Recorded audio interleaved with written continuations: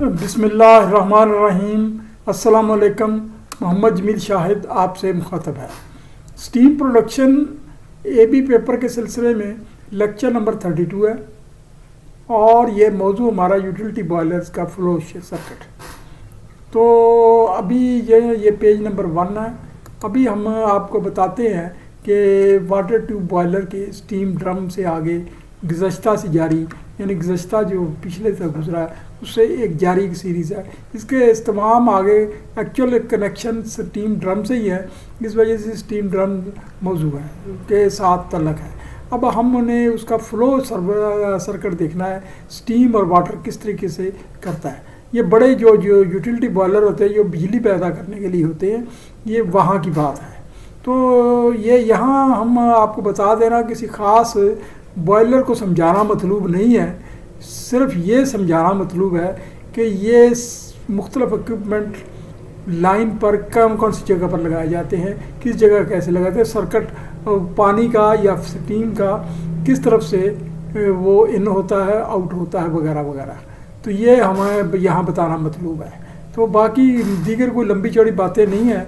तो ये इसमें एक ख़ास रेफरेंस के लिए बॉयलर का हवाला दिया जा रहा है, तो इस वजह से ताकि आपको समझने में आसानी रहे। दीगर भी उसी से मिलते जुलते होंगे। ये इस किस्म के सवालात बॉयलर इम्तहान में आमतौर पर आ जाते हैं और स्टूडेंट का जिनको उस बारे में नॉलेज नहीं होता तो वो मुश्किल में हो जाते हैं। तो उनकी मुश्किल आसान करने के लिए ये बताया जा रहा है। सवाल ये है, किसी बड़े यूटिलिटी बॉयलर का BFW की बॉयलर हाउस दाखिले से स्टीम ड्रम हेडर तक डिस्चार्ज फ्लो सर्किट बयान करें। रास्ते में आने वाले इक्विपमेंट का भी जिक्र करें। तो बाहर से ये यानी हमने स्टीम ड्रम में से जो पानी दाखिल हो रहा है, यानी बॉयलर के जो बॉयलर के अंदर जो दाखिल हो रहा है, तो पहले तो वो इकोनोमाइज़र में दाखिल होता, तो फिर स्टीम ड्रम में दाखिल होता, तो वहाँ से लेकर वो आगे स्टीम बनने तक हम बात करेंगे। तमाम फीड वाटर पंपों के आउटलेट्स पर मोटर ऑपरेटेड वाल्व लगे होते हैं, MOV मोटर ऑपरेटेड वाल्व। ये जो फीड पंप है, स्टार्ट तो फीड पंप से होना ना, तो फीड पंप से आगे क्योंकि डीएरेटर से फीड पंप नहीं लेंगे फ्लो, तो MOV लगे होते हैं। MOV mean motor operated valve. पानी डिस्चार्ज हेडर में पहुंचने के बाद इससे दोनों बॉयलरों के लिए 2 लाइनें निकाली। अगर 2 बॉयलर 2 लाइनें निकाली जाएंगी, ये 3 है तो 3, लेकिन इसके लिए 2 निकाली गई जिसका तज़किरा हो रहा है। ये 2 बॉयलर हैं जिन पर अलग-अलग MOV लगाए गए हैं। अब सिर्फ हम एक बॉयलर का तज़किरा करेंगे, दूसरे का भी उसी किस्म का होगा। MOV के बाद फ्लो के लिए आरफिस लगाया गया है। वह है आरफिस का मतलब ये है कि वो एक ऐसी प्लेट होती है जो फ्लो का हिसाब करता है कि पानी का फ्लो कितना जा रहा है। और फिर स्प्रे टेम्परेटर के लिए लाइन निकाली।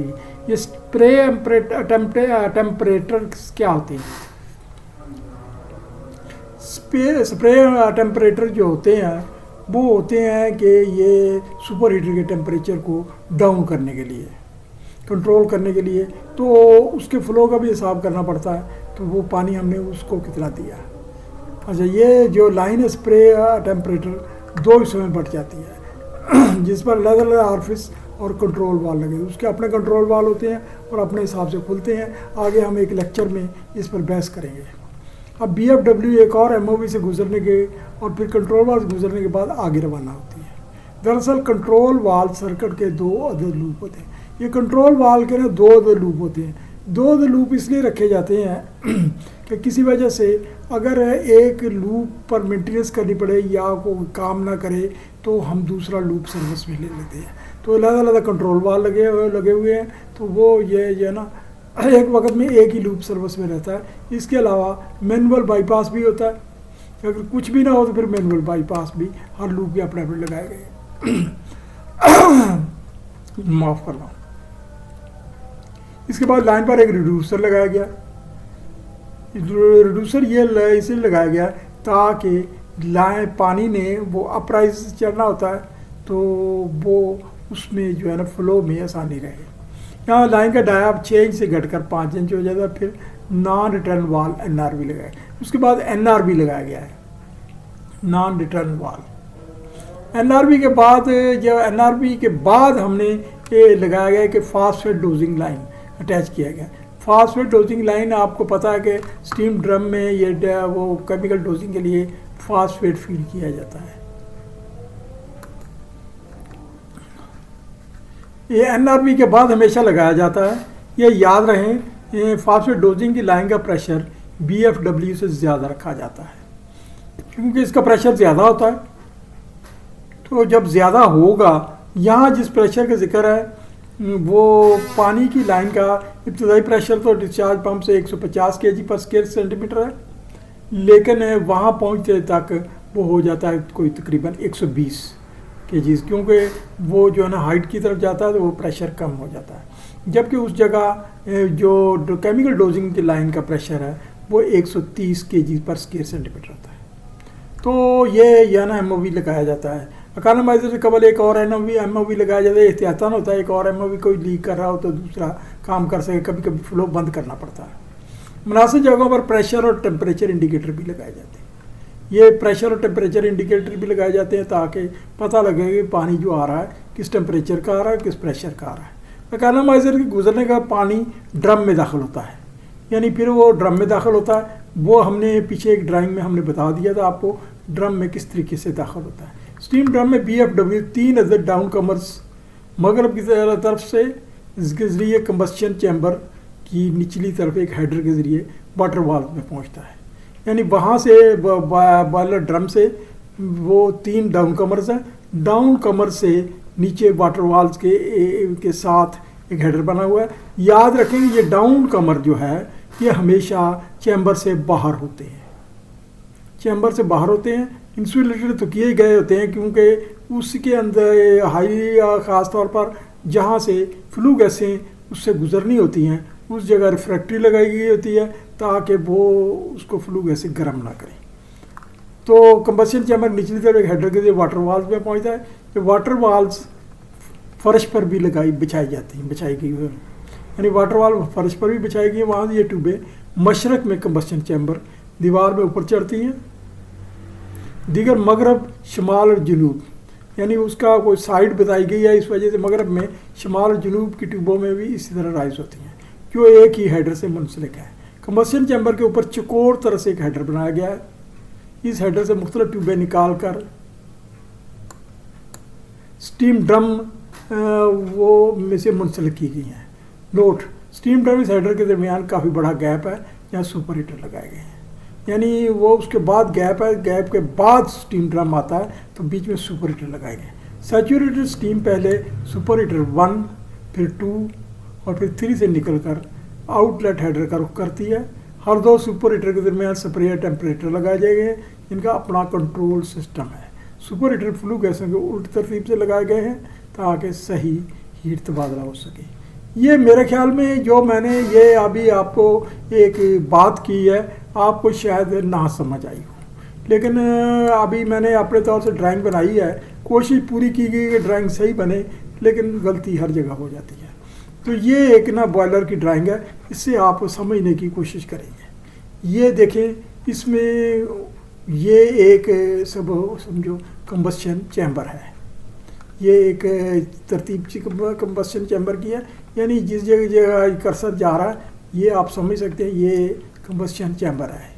ये सारा कंबस्शन चैम्बर है। इसको आप क्यूबॉइड समझ सकते हैं, क्यूब का क्यूबॉइड समझ सकते हैं। इसकी इस दीवार में ये इसको अलग करके दिखाया गया है। इस दीवार में तो ये 4 बर्नर लगे हुए हैं, 1 2 3 4, ये 4 बर्नर लगे हुए हैं। इसको सेपरेट किया गया है। तो ये हिस्सा वैसे अटैच है। तो अब हम ये एक पहले फ्लू गैसेस का रूट बताते हैं।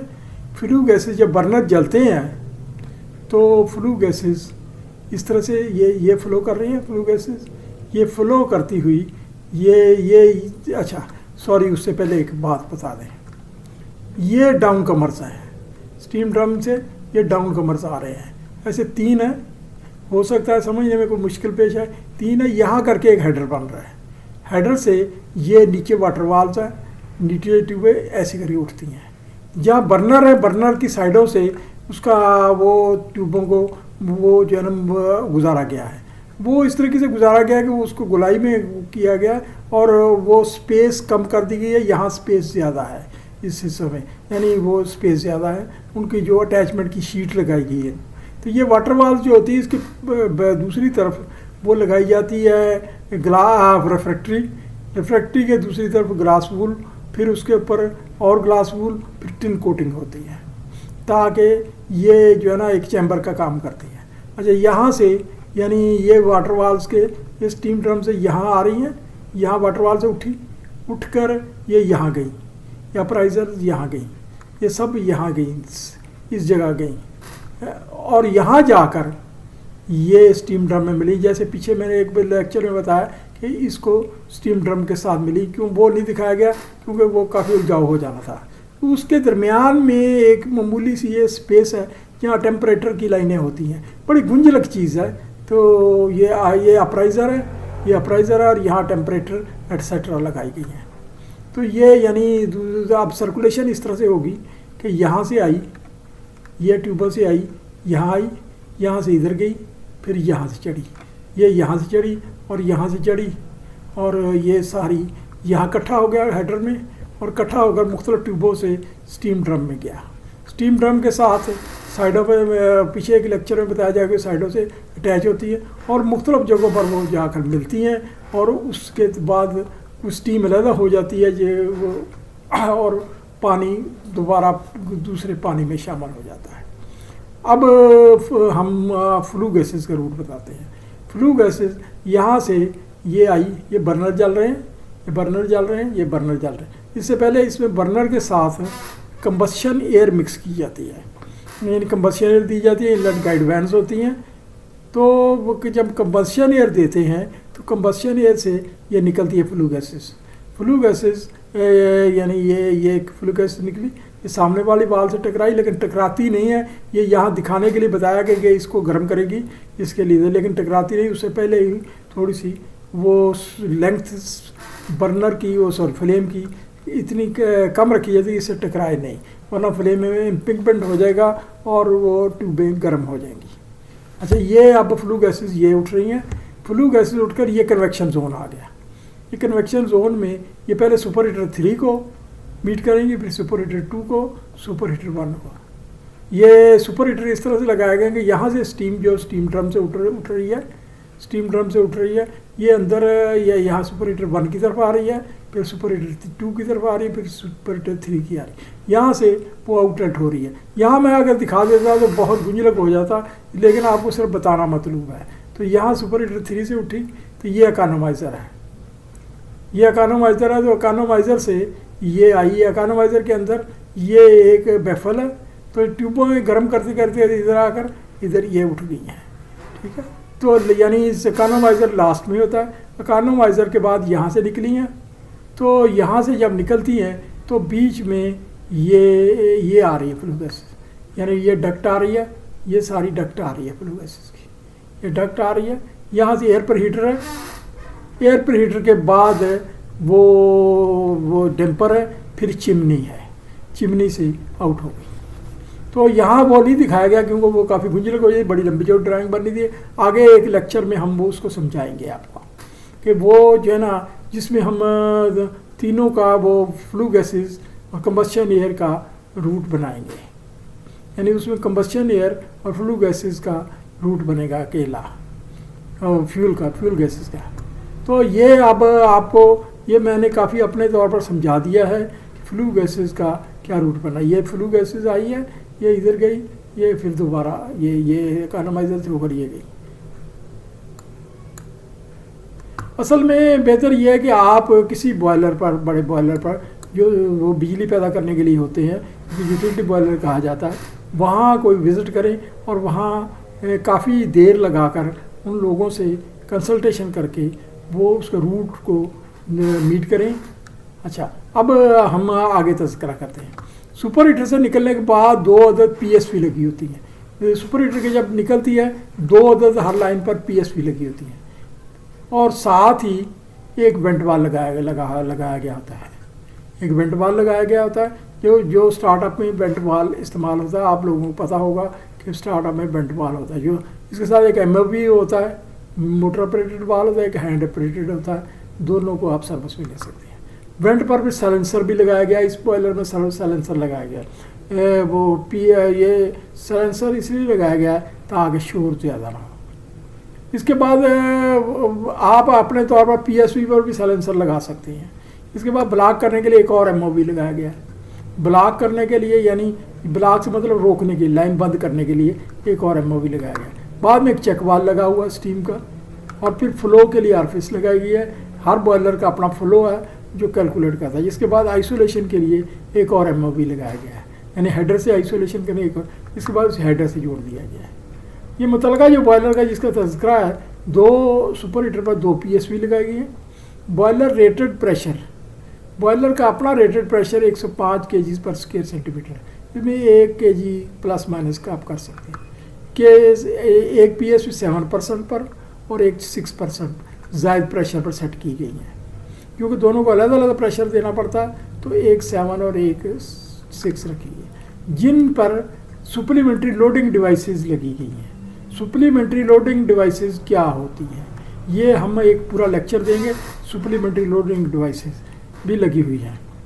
ये जब हम PSV के लेक्चर मौजू पर आएंगे तो बताएंगे सुप्लीमेंट्री लोडिंग डिवाइसेस क्या होती हैं। ये इसके ऊपर लगी हुई हैं PSV पर। ड्रम हमेशा प्रेशर हमेशा PSV का 5% ज़ायद होने। याद रखें कि ड्रम का प्रेशर इन PSVs के 5% ज़ायद होना चाहिए, यानी PSV अगर खुले तो ड्रम का प्रेशर डिस्टर्ब नहीं होना चाहिए, यानी PSV के जो जिसकी सेटिंग है उससे 5% ज़ायद होना चाहिए ये ड्रम का प्रेशर, जो कि तकरीबन 115 kg पर स्क्वायर सेंटीमीटर होता है। जबकि स्टीम ड्रम की PSV को इससे ज़ायद, यानी स्टीम ड्रम की PSV को खुलने के लिए मज़ीद 5% ज़ायद होना चाहिए, यानी स्टीम ड्रम की PSV को मज़ीद 5%, क्योंकि दोनों ड्रम के लिए, एक ड्रम के पर भी 2 PSV लगी हुई हैं सिरों पर, एक 122 kg और एक 124 kg। ये पीछे जो स्टीम ड्रम का लेक्चर दिया हमने उसमें आप देख सकते हैं, ये 2 PSV लगी। किसी भी बॉयलर को इस काबल होना चाहिए उसकी सब PSV सारी की सारी बमा ड्रम ज़्यादा रेटिंग वाली स्टीम अखराज के काबल हो। यानी अगर बॉयलर की peak load capacity 120 ton per hour है तो PSVs 120 ton per hour discharge कर दें। ये PSV इस काबल होनी चाहिए, क्योंकि कोई इमरजेंसी हो जाए, ऑपरेटर परे चला गया, दूर चला गया, कोई डिस्टर्बेंस हो गई तो बॉयलर फुल लोड पर चल रहा है, बल्कि पीक लोड पर चल रहा है, तो वो तो आगे कोई प्रॉब्लम हो तो PSV सारी स्टीम को खारिज करने का काबल है, धमाका ना हो, फटे नहीं। अब आगे चलते हैं। अच्छा, ये ना ये वो 25% सुपर हीटर की से जो स्टीम खारिज होनी चाहिए वो 25% होनी चाहिए सुपर हीटर से, क्योंकि अगर आप 25% से ज़ायद रखेंगे तो फिर तो प्रेशर बहुत डिस्टर्ब होगा जब PSV खुलेगी। और जो स्टीम ड्रम की जो PSV है वो ज़ायद, स्टीम ड्रम की दोनों PSV से 75% निकलनी चाहिए स्टीम, यानी टोटल ये 100% होगी। और 100% ये बॉयलर जिसका तज़किरा हो रहा है 110 turns per hour normal load है, 110 turns per hour normal load है। लेकिन अगर कोई ओवरलोड चलाना पड़े तो 120 टन्स है ये पर आवर है, 120 टन्स ओवरलोड चलाना पड़े, पीक लोड है की सलाहियत रखता है। इस सुपर हीटर की PSVs हर एक 15 टन की है और ड्रम की PSV हर एक की 45 कैपेसिटी है, यानी ये वो 15 टन है, तकरीबन 75% 25% है, तो 15 टन की ये बनती है, तकरीबन ये 25% वो बन जाती है। इस तरह से ये रेटिंग 120 टन पर आवर हुई। डिस्चार्ज लाइन पर प्रेशर के और टेम्परेचर गेजेस भी लगाई गई है। इसमें थोड़ी सी बात याद रखें, केमिकल डोजिंग लाइन हमेशा PFW NRV के बाद अटैच करनी चाहिए।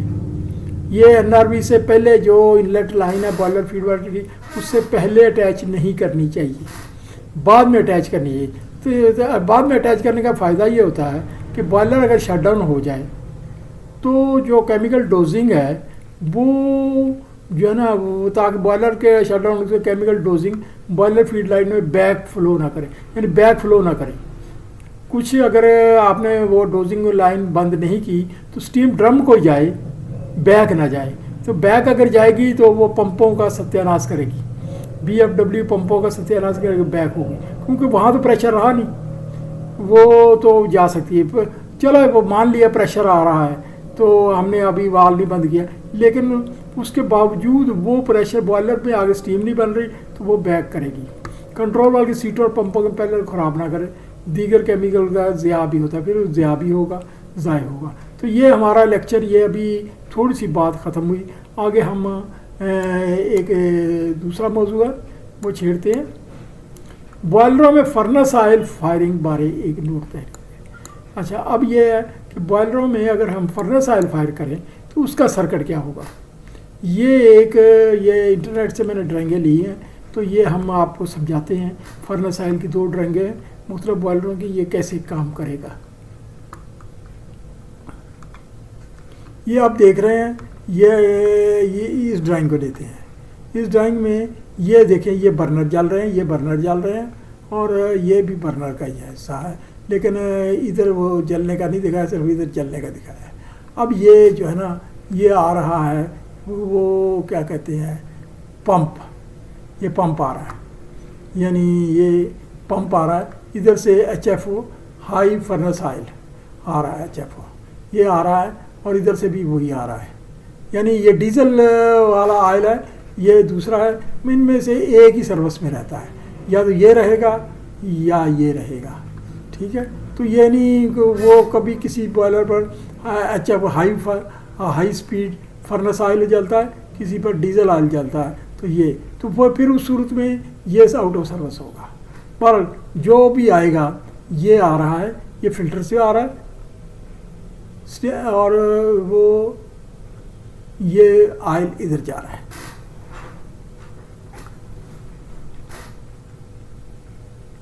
ये आगे ये तो पंप है, तो ये आगे जो है ना, ये है लगा हुआ हीटर से, ताकि इसको वेपराइज किया जाए। ये आ रहा वो ऑयल आगे ये आ रहा, ये कंट्रोल वाला, यहाँ से कंट्रोल सिग्नल मिल रहा है, ये कंट्रोल वाला इसको ऑपरेट हो रहा है। तो ये यानी यहाँ से सिग्नल ले रहा है फ्लो का, और यहाँ से कंट्रोल हो रहा है और इसको रेगुलेट कर रहा है। ये आगे वो सर्किट है, स्टीम प्रेशर है, और वो यहाँ से स्टीम एटमाइज़र है, और वो ये दूसरा एटमाइज़र है, ये इसको मास्टर कंट्रोलर है, ये चल रहा है। तो ये ऑक्सीजन की परसेंटेज भी शो हो रही है, तो ये सारा सिस्टम चल रहा है। तो ये आगे ये एयर फैन लगा हुआ है, आपकी कंबस्शन एयर को दे रहा है। कंबस्शन एयर ये आ रही है, ये तेल आ रहा है, ये तेल आ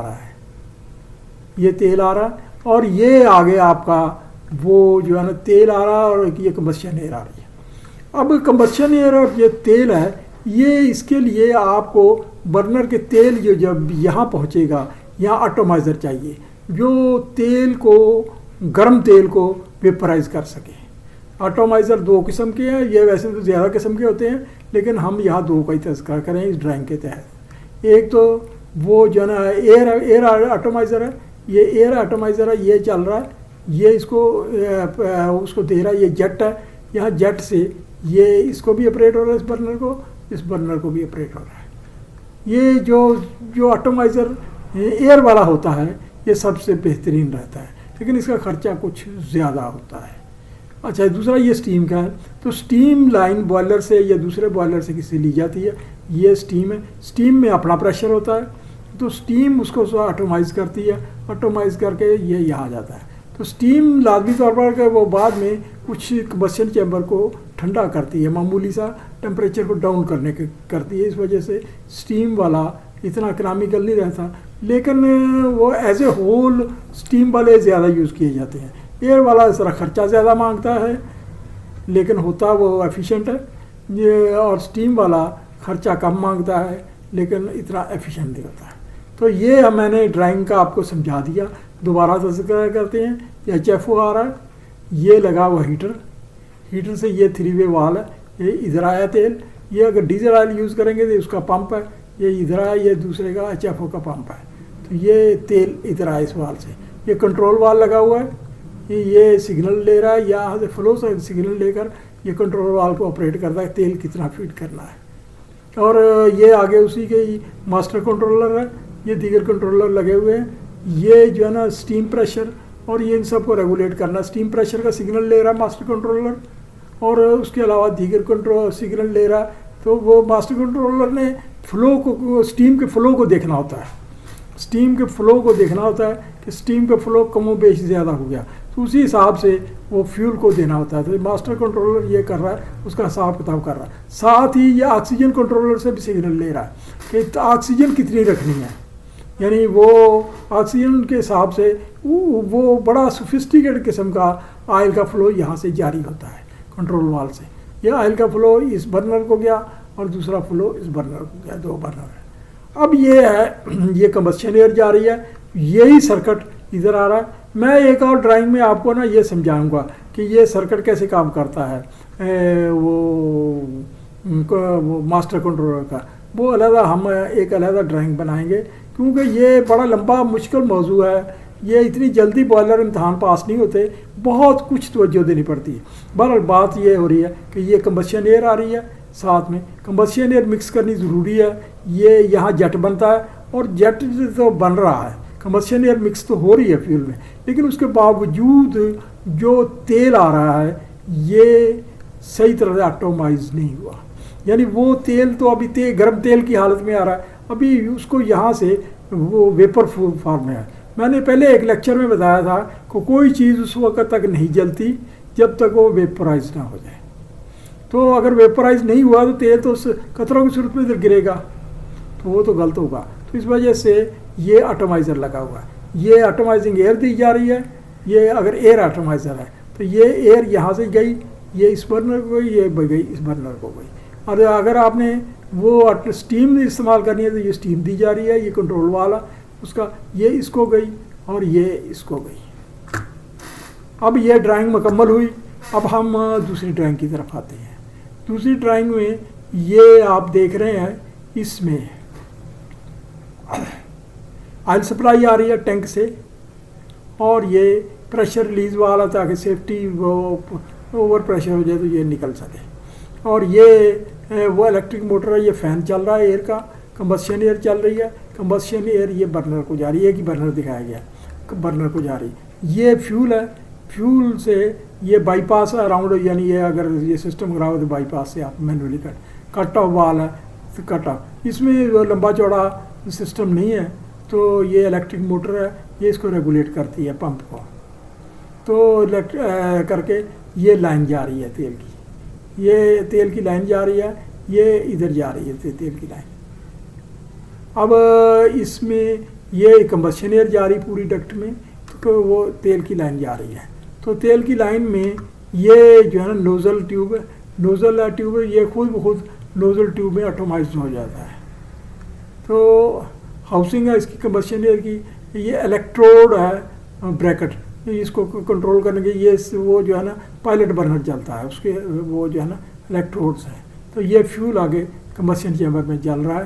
तो ये आगे वो रिटेंशन रिंग है, वो इसका हिस्सा है। फ्लेम ट्यूब और फ्लेम आ रहा है, इग्निशन इलेक्ट्रोड वगैरह वगैरह है।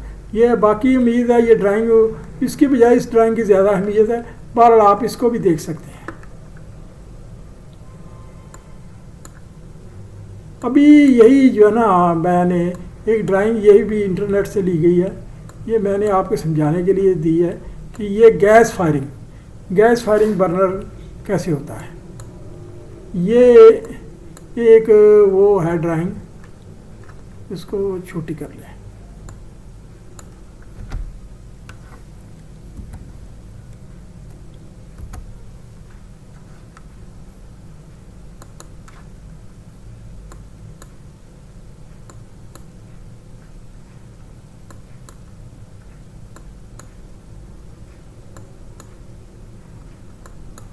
ये गैस फायरिंग है, ये गैस की लाइन है आ रही है, यहाँ से गैस की लाइन आ रही है। ये गैस की लाइन में अगर वो डर्ट हो या पानी हो या सेडिमेंट हो, यहाँ से उसको सेपरेट कर लिया जाता है। यहाँ वाल लगा होना चाहिए, लगाया नहीं गया, वो ड्राइंग में लगाया। इसमें से ये लाइन जो है ये आगे पायलट वाल को जा रही। पायलट की अलग लाइन होती है। तो ये पायलट का ये वाल है, मैनुअल वाल है। ये आगे क्या कहते हैं, एक कंट्रोल वाला, ये मोटर ऑपरेटेड वाला, ये फुल खोल देते हैं। और ये सेफ्टी लगी हुई है ताकि गैस का प्रेशर ज़्यादा हो जाए, सेफ्टी पॉप हो जाती है। तो ये कंट्रोल वाला, लेकिन इसके लिए कंट्रोल की ज़रूरत नहीं होती, सीधा सिग्नल आता है, ये खुल जाता है। यानी इसका कंट्रोल यही होता है, ऑन ऑफ ही होता है। तो ये मोटर ऑपरेटेड वाला, ये आगे पायलट को, वही पायलट के लिए ना यहाँ वो एयर की कनेक्शन नहीं दिया गया, एयर का कनेक्शन भी होना चाहिए, वो साथ में एयर भी दी जाए, क्योंकि पायलट के लिए इग्निशन एयर उसको कहते हैं, दूसरी को कंबशन एयर कहते हैं, इसको इग्निशन एयर कहते हैं, तो दी जाती है। आगे ये दूसरी लाइन है मेन बर्नर की, ये स्टेनर लगा हुआ है, ये एक मैनुअल वाल है, ये वो सिग्नल का वाल है। तो ये सेफ्टी है, ये वेंट कर देती है, ये स्टीम को वेंट कर देती है। अगर ये जो है वो बंद होगा तो ये खुला होगा। आगे एक ये डिवाइस लगी हुई है, ये लो प्रेशर स्विच है, यानी लो प्रेशर स्विच पर बॉयलर शट डाउन कर दिया जाता है, बहुत ही लो प्रेशर हो जाए गैस का। ये आगे एक वाल लगा हुआ है, तो ये वाल ये जो है स्लो ओपनिंग है, ये स्लो ओपनिंग है, ये फास्ट ओपनिंग है। ये आगे ये वाल लगा हुआ है, ये आगे ये भी है, ये आगे फिर वेंट वाल लगा हुआ है। ये सिस्टम लास्ट में मेन बर्नर को जाता है। इसमें हो सकता है आपको कोई सही समझ ना आई हो, क्योंकि वो और कहीं की ड्राइंग है, जो कुछ मैं समझ सका मैं आपको बता रहा हूँ। आगे ये है, ये इसमें 1 नंबर स्टेनर है, 2 नंबर मैनुअल गैस वाल है, 3 नंबर गैस प्रेशर रेगुलेटर है, और 4 नंबर रिलीफ वाल है, रिक्वायर्ड है। अगर ज़रूरत हो तो लगाया जाता, नहीं तो नहीं। 5 नंबर लो प्रेशर स्विच है, ये है। 6 नंबर सेफ्टी शटडाउन वाल है, ये 6 सेफ्टी शटडाउन वाल है। 7वां लीक टेस्ट वाल है, इसमें 7वां लीक टेस्ट को यहाँ यानी वाल को खोलते हैं, चेक करते हैं कि लीकेज तो नहीं हो रही। अच्छा, 8वां फायरिंग रेट वाल है, हर बॉयलर का अपना है। और 9वां हाई गैस प्रेशर स्विच, यानी गैस का प्रेशर अगर हाई हो जाए उसका स्विच है। और वो जो है ना, ये साथ ही आरफिस भी लगी है, ए जो है निशानदेही करता है आरफिस की, ये आरफिस लगी हुई है पायलट की, ये ताकि यहाँ गैस का प्रेशर ड्रॉप हो और वो वहाँ पायलट चल सके। ये तो था एक जनरल स्ट्रक्चर। अब जो मैंने पहले बात की आपको जिस बॉयलर की वो गैस फायर्ड था। अब हम उसके सर्किट की तरफ जाते हैं, वो आपको समझाने की कोशिश करते हैं।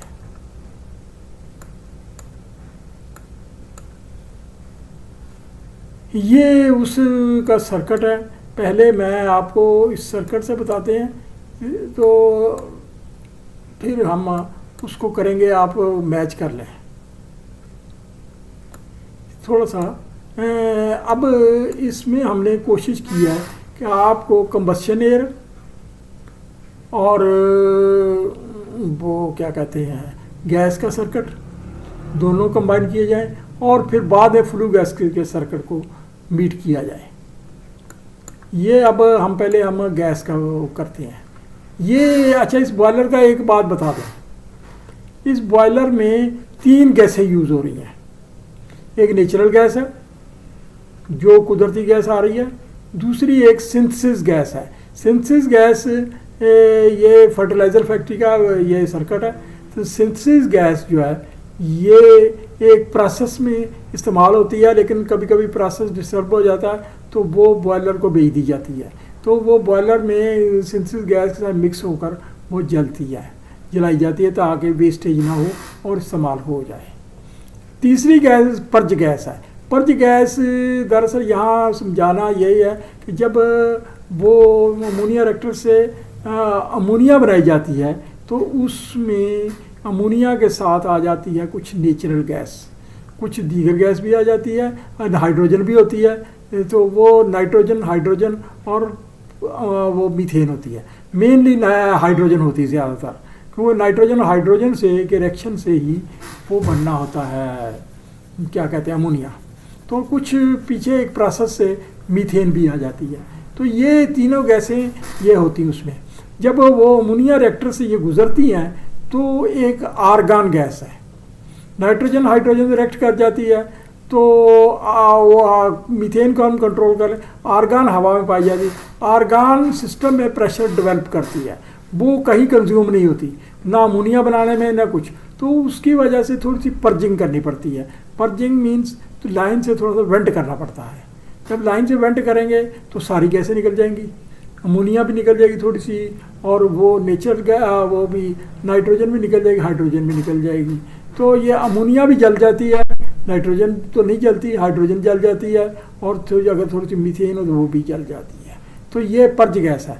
अच्छा, ये पर्ज गैस का ये थोड़ा सा प्रॉब्लम है कि ये जब कार्बन डाइऑक्साइड जो हमारी नेचुरल गैस में पीछे से आ रही है उसके साथ रिएक्ट करेगी तो लाइनों में यूरिया बना देगी। तो लाइनों में जब यूरिया बन जाएगा तो लाइनें कुछ 6 माह बाद 8 माह बाद चोक हो जाएंगी। इस वजह से पर्ज गैस को अलहदा से फीड करते हैं, बिल्कुल अलहदा देते हैं।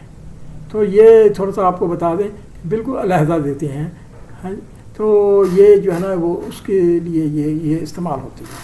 अब यहाँ एक बर्नर का बताया गया है, ज़्यादा बर्नर का नहीं है, 4 बर्नर है लेकिन एक का बताया गया है। अब ये हम आपको समझाते हैं। नेचुरल गैस है, ये नेचुरल गैस का ये एक वाल है और ये कंट्रोल वाल है।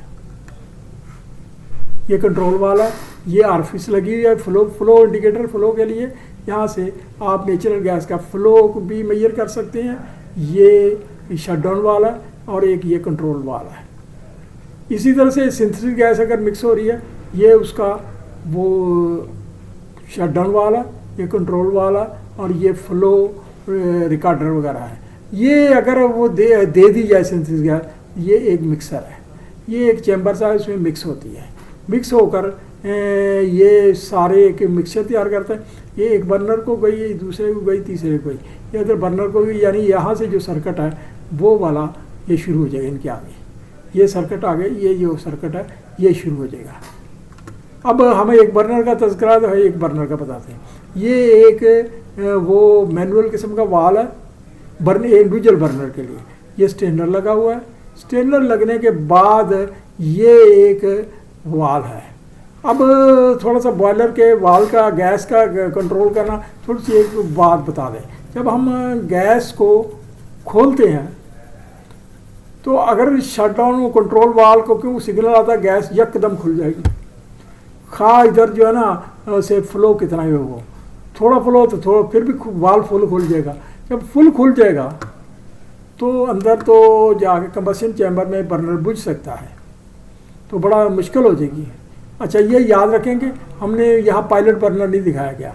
पायलट बर्नर दिखाते तो बहुत ज़्यादा उलझन हो जाती है। इस वजह पायलट बर्नर का अलग सिस्टम है, वो जो पिछले में आप याद रखें। तो ये शटडाउन वाल फुल ओपन हो जाता है स्पॉन्टेनियसली, यानी फ़ौरन ही ये हो जाता है। तो इसके साथ ये एक वाल लगा हुआ, ये वेंट वाल है। ये वेंट वाल जब ये खुलता है तो ये बंद हो जाता है, ये फ़ौरन बंद हो जाता है। ये जब ये बंद होता है तो ये खुल जाता है। आगे ये एक वाल है, ये शटडाउन वाल है। इस वाल का फिनोमेना जैसे है, ये स्लोली ओपन होता है, यानी जब मेन बर्नर जलता है तो ये आहिस्ता आहिस्ता आहिस्ता आहिस्ता ओपन होता है। तो जब ये शटडाउन होता है तो आहिस्ता आहिस्ता शटडाउन भी आहिस्ता आहिस्ता होता है, कुछ देर लेता है, 2 4 6 सेकंड लेता है। तो ये लाजमी तौर पर जब आपकी गैस आ रही है तो ये अगर कुछ लाइन में गैस है तो वो साथ ही वेंट वाल खुल जाता है, ये वाला, तो ये गैस इधर से वेंट हो जाती है अगर कोई सर्किट में गैस है। इस वजह से ये वेंट वाल लगाना ज़रूरी होता है। तो ये कई चीज़ें छोटी छोटी की प्रेशर गेजें वगैरह यहाँ नहीं दिखाएगी। ये अब गैस की एक सिंगल बर्नर की ये बॉयलर को यहाँ तक आप ड्राइंग आपकी मुकम्मल होगी। अब ये दूसरी गैस है, पर्ज गैस है। पर्ज गैस का भी ये सारा सर्किट सेम है, ये भी आगे बॉयलर को गई। अब बॉयलर में ये बर्नर है, ये बर्नर है। तो बॉयलर के जब बर्नर को गई तो पर्ज गैस की नोज़लें अलग होती हैं, यानी वो इन बॉयलर की 12 नोज़लें हैं, 6 नोज़लें पर्ज गैस के लिए यूज़ होती हैं और 6 दूसरी मिक्स्ड गैस। यानी जब दोनों मिक्स होगी तो इनको मिक्स गैस बोलेंगे, मिक्स गैस के लिए। तो ये अब आप देख रहे हैं कि ये आ गई पर्च गैस और ये आ गई मिक्स गैस। ये इसी तरह से दूसरे बर्नर की पर्च गैस मिक्स गैस आ रही है, पर्च मिक्स गैस आ रही है, पर्च गैस मिक्स गैस। तो यहाँ गैस तो ये जल रही है। अब इसके साथ कंबस्शन एयर चाहिए, यानी यहाँ तक आप याद रखें कि ये गैस का सर्किट मुकम्मल हो गया। अब जब तक कंबस्शन एयर मिक्स नहीं होगी और डिफ्यूज़र से नहीं गुजरेगी उस वक़्त तक खेल मुकम्मल नहीं होगा। अब ये हमारा वो है, अब ये समझे ये हमारा एफडी फ़ैन है। ये एफडी फ़ैन स्टार्टअप का है। पहले लो लोड के लिए एक एफडी फ़ैन है, बॉयलर को लो लोड पर चला जाता है, एक छोटे कैपेसिटी का एफडी फ़ैन है वो चलता है, ये वाला ये यहाँ गया और इसके साथ ये डैम्पर लगा हुआ इसका। अब जब ये बंद कर दिया जाता है, बंद करने से पहले इसको चला लिया जाता है, ये हावी ड्यूटी फ़ैन है, ये 8 नंबर। तो ये जो है ना इसका भी डैम्पर ये लगा हुआ है। तो डैम्पर के बाद वो ये गई एयर प्रीहीटर में, ये गई रोटरी एयर प्रीहीटर है, उसके एक हिस्से से वो फ्लू गैसेस एंटर हो रही हैं और एक हिस्से से कंबस्शन एयर एंटर हो रही है। ये घूम रहा है, ये शाफ्ट है, शाफ्ट के घूमता है। तो इस चैम्बर में ये जब घूमता है तो ये फ्लू गैसेस की बात करते हैं पहले, फ्लू गैसेस से ये गर्म हो गया। तो इसके अंदर प्लेटें होती छोटी छोटी और जालियाँ होती हैं, ये शदीद गर्म हो जाती हैं। तो घूम कर जब इधर आता है तो कंबस्शन एयर गर्म हो जाती है, यानी ये वो गर्म जोन से ठंडे जोन, ठंडे से गर्म की तरफ रोटेशन है। इसके आरपीएम जो है 2 आरपीएम पर मिनट होते हैं, बहुत स्लो चलता है। तो ये उसमें से होकर कंबस्शन एयर ये जा रही है, कंबस्शन एयर आई यानी गर्म हो गई फ्लू गैसेस से। तो ये कंबस्शन एयर जा रही, कंबस्शन एयर जाकर ये अलग-अलग बर्नर को गई। ये उसका वो कंट्रोल सिस्टम, कंट्रोल वाला वो कंबस्शन एयर का, इसका अपना ये जो है ना ये डैम्पर समझो। तो इसका अपना जो कंट्रोल है सिस्टम है वो यहाँ इनलेट गाइड बैंड्स है, ये वाली इनलेट गाइड बैंड्स लगी, इसकी अपनी लगी, इसकी तो ज़रूरत नहीं होती, इसकी ज़्यादा ज़रूरत होती है। तो ये इनलेट गाइड बैंड्स लगी हुई है। ये इनलेट गाइड बैंड्स यहाँ से कंट्रोल करती है, यानी वो कंबस्शन एयर को जो रिक्वायरमेंट होती है फ्लू गैसेस या फ्यूल गैसेस की, उसी हिसाब से कंबस्शन एयर फीड होती है। अब ये जो अब आ गए यहाँ, जब जल गई ये बन गई फ्लू गैसेस। अब फ्लू गैसेस ये निकल रही हैं, ये बर्नर से ये फ्लू गैसेस निकल रही हैं और इस बर्नर से निकली ये फ्लू गैसेस बॉयलर के ऊपर वाले से गई। ये स्टीम ड्रम है, ये पीछे हमने तज़किरा कर चुका, ये सुपर हीटर 3 में गई, यानी लास्ट सुपर हीटर में, ये सेकंड में गई, 1 में गई, यानी काउंटर है। यानी जब स्टीम है, स्टीम इधर से आ रही है इस तरह से, जबकि फ्लू गैसेस उल्टी जा रही है।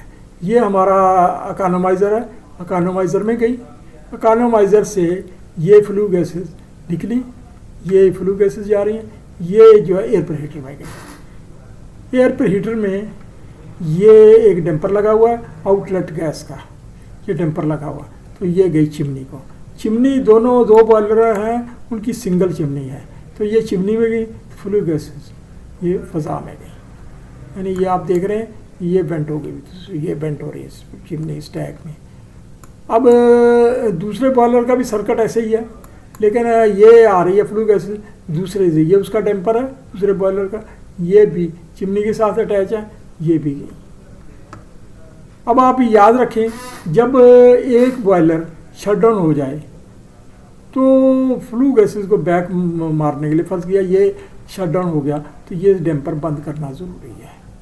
वैसे तो कोई ताकि ना फ्लू गैसेस इधर को ना जाए, इसके एयर प्रीहीटर को ना जाए, तो ये इसको बंद कर देते हैं। और ये जो है ना वो इसका जो ये डैम्पर, इसका अभी डैम्पर ये लगा हुआ है, ये डैम्पर खुला रहता है। अब हम आते हैं वो फ्लू गैसेस का मैंने समझा दिया आपको, अब समझाने वाली कोई चीज़ तो नहीं रही। तो अब हम थोड़ी सी रिवीजन के तौर पर अब आप नोट कर सकते हैं ये चीज़ें इज़हार कर रही हैं। ये 1 नंबर गैसेस का शटडाउन वाल है, 1 नंबर जो आ रहे हैं ये हम उसको देखते हैं 1 नंबर क्या है। ये 1 नंबर गैसेस के वो, इसमें थोड़ा सा ना ड्राइंग को छोटा करना पड़ेगा अब आपके लिए।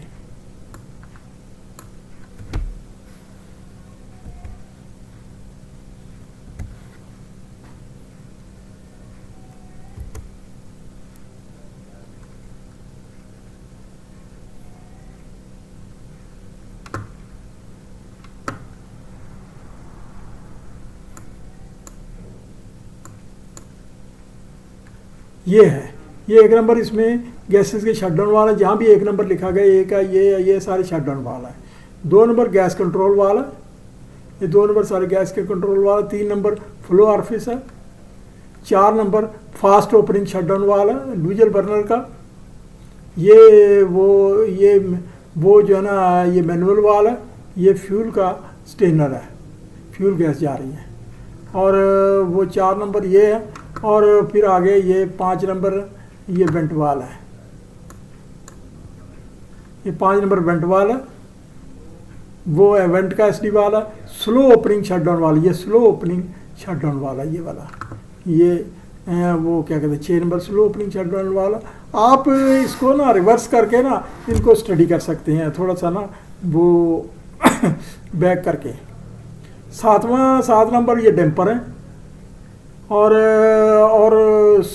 8 number suction and silencer, 8 number suction है। और 9 नंबर ये जो है ना, इसके साथ ही ये इनलेट गाइडलाइंस है, ये एक के साथ ही लगा हुआ है, दूसरे के साथ नहीं लगा हुआ।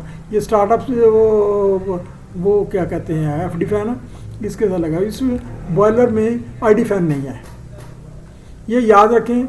आमतौर पर गैस के जो बॉयलर होते हैं ना, उसमें एफडी फैन नहीं होता, कोयले वाले में लगाया जाता है। तेल वाले में कभी लगा लेते कभी नहीं, तो कोयले वाले में लगाया जाता है। इसका तलक चिमनी से भी होता है। अगर गैस वाले में आपने एफडी फैन नहीं लगा, आईडी फैन नहीं लगाया, चिमनी ऊंची बनानी पड़ेगी। ऊंची चिमनी का सबसे बड़ा फ़ायदा ये है कि एक तो ड्राफ्ट कंट्रोल रहेगी, दूसरा ये है पोल्यूशन नहीं होगी, पोल्यूशन बहुत ऊंची जाएगी। बाकी ये 10वां नंबर फोर्स ड्राफ्ट फैन है heavy duty. 11 number force draft fan है स्टार्टअप का, ये वो 10वां नंबर हैवी ड्यूटी है, ये लो ड्यूटी इसका नॉर्मल। और 12 नंबर इधर इकोनोमाइजर है ये वाला। और 13 नंबर बर्नर है, ये सब के 13 नंबर है, ये बर्नर है।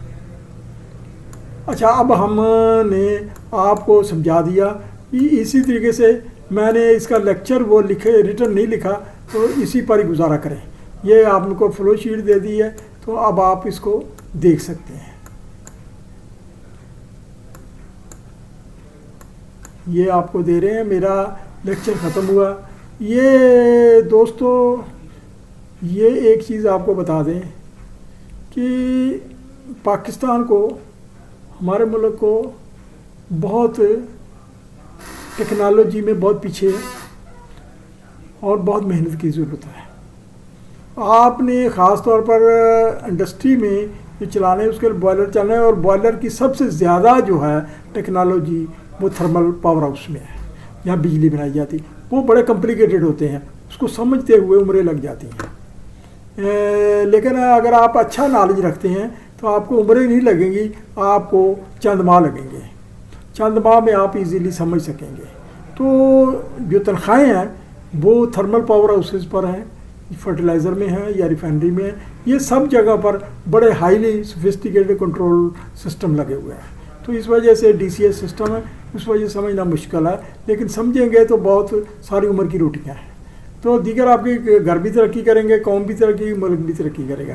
तो ये मैंने ये जो ड्राइंग बनाई है, देखिए मैं 2010 में रिटायर हुआ था, तो अभी तक कुछ ना कुछ याद है जो मैंने बनाया अपनी मेहनत से, वरना इंसान भूल जाता है। एक मुख्तलिफ लोग जो बात करते हैं उसमें यही होता है कि यार कौम तरक्की करे ना करे मुझे क्या, मैं रिटायर हो गया, अपना घर चल रहा है, रोटी चल रही है, क्या पंगा लेना। तो ये मैंने ये सोचा कि ये कुछ ना कुछ करते रहना चाहिए, कौम के लिए कुछ ना कुछ करते रहना चाहिए, ताकि वो अपना वक़्त मुफीद कामों पर ख़र्च करें, ताकि लोगों को रोज़ी रोटी बेहतर होती रहे और कौम भी बेहतर होती है, मुल्क भी बेहतर होता रहे। तो ये आप मेरी ये इस मेहनत की कदर करें। अल्लाह ताला आपको खुश रखे। Thank you very much.